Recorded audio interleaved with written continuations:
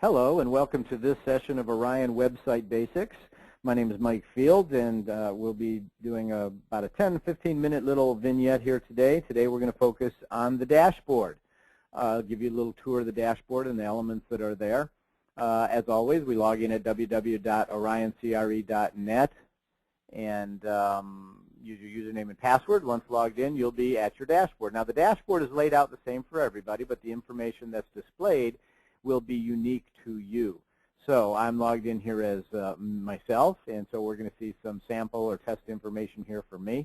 The first thing we want to notice is that right down the center here you get a snapshot of what's going on in your business. Benjamin Franklin, I think it was, said that that which gets measured gets done. So our philosophy is to give you a good snapshot of what's going on in your business every time you log into Orion, and hopefully the commercial resource should be a home page, or at least a page that you visit frequently throughout the day. And so right down the middle, the first thing you're going to see is your closed and pending transactions. So as long as you're putting your exclusive right of sale and lease assignments into the commercial resource, you're going to see your closed and pending transactions. There are drop-down menus here right now. This is graphically showing me my closed or pending sales transactions, and I could pull from the drop-down leases and look at those if I want. If I don't like column, I could use an area graph. I can look at this same information over a period of time, 6 months or 12 months. And I have an option here because of permissions. Sales professionals won't have this option. You can only see your own listings. But your owner, broker, manager, and leadership team can see other performance for other people in the company or branch. You can also graph these by price or by number of transactions. Right now I'm looking at price. And you can roll over and it'll give you totals. So again, right down the middle, closed and pending transactions. Once you get a property under contract, be sure to go into the edit portion of that property on the pricing tab and mark it pending and put in some pending information. No one will see it but you and your management team, but it'll show up as a pending transaction here. And then once it's closed, go again and edit the property and go to the pricing tab and mark it closed. That will help you show up here on your closed and pending transactions as well. Active assignments, again, under that you can look at your sale or leasing assignments, and same thing, column, 6 months or number of transactions or dollar volume. And again, this is showing you your exclusive right of sale or lease assignments. So hopefully, looking at these two graphs, I can see that I've got kind of hit and miss business here. Nothing closed in September, something in October. I've got something pending in November, but nothing in December. So it's indicative that my performance out there is a little bit inconsistent. I'm not knocking on doors. What I'm probably doing is what most people are do in commercial real estate, is you work real hard at filling the pipeline, you get some listings, you work on them, generate prospects, negotiate deals, then you work to get those deals closed, and your prospecting and your listing presentations falls off. So your income is up and down, up and down. So that's what we're seeing here. And you can see on my active listing assignments since July, I haven't gotten any new assignments. So I'm looking at these in terms of numbers of transactions. So I have 6 exclusive assignments for sale. I haven't increased that at all, which means I'm not out there doing the things I need to do. Upcoming expirations. This is a real valuable element of your dashboard, and this is going to list for you the next 6 expirations in your portfolio, whether they're sale or leasing transactions.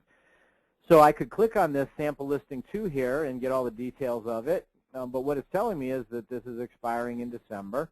And the nice thing about it is the system will send me an email 60 days, 30 days, 14 days, and 7 days prior to the expiration of this listing, telling me, hey, Mike, your sample listing 2 is expiring on December 31st. You need to meet with your owner, renew the listing, do your owner's report, update it in the commercial resource, and make sure that it doesn't expire. And what's nice about that is I'll get that email again, and so will my owner, broker, manager get that email. We'll both get that 60, 30, 14, and 7 days prior to the expiration. So we both know what's going on in my business. There's no real good reason why things should be expiring or be out there that haven't been renewed. So that's a real nice feature. And additionally, your owner, broker, manager can look at not just their listings, but listings of any individual or the company. You can only see yours.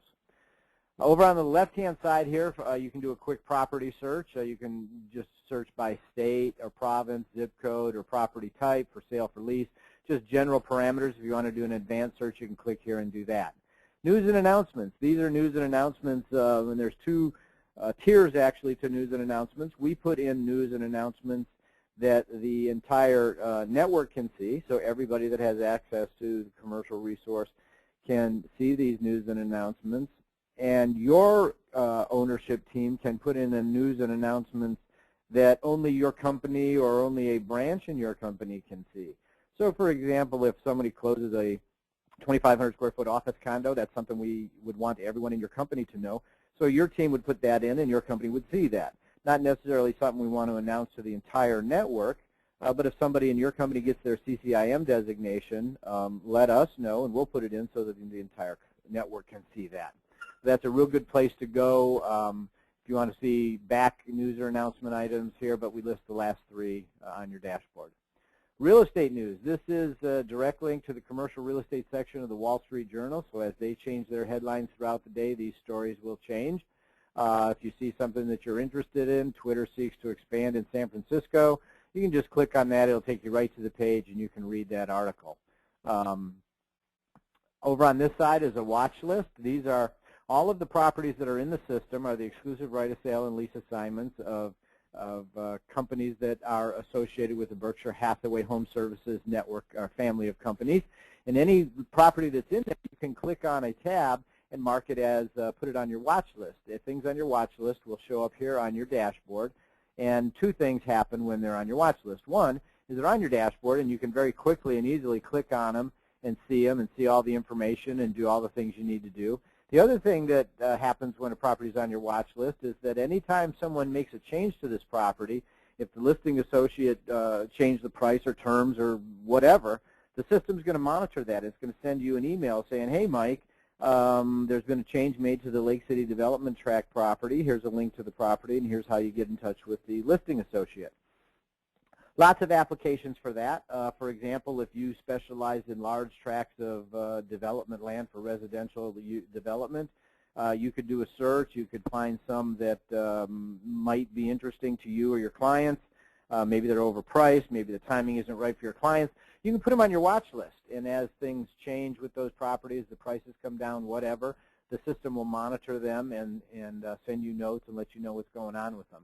So there's lots of applications for that.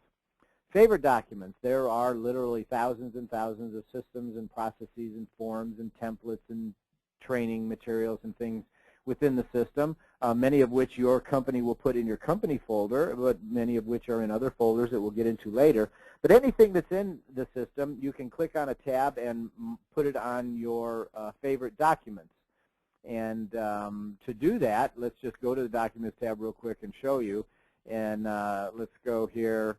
Let's letter of intent. So let's say that I use this letter of intent a lot, and I didn't want to have to go to the documents and do these 3 clicks.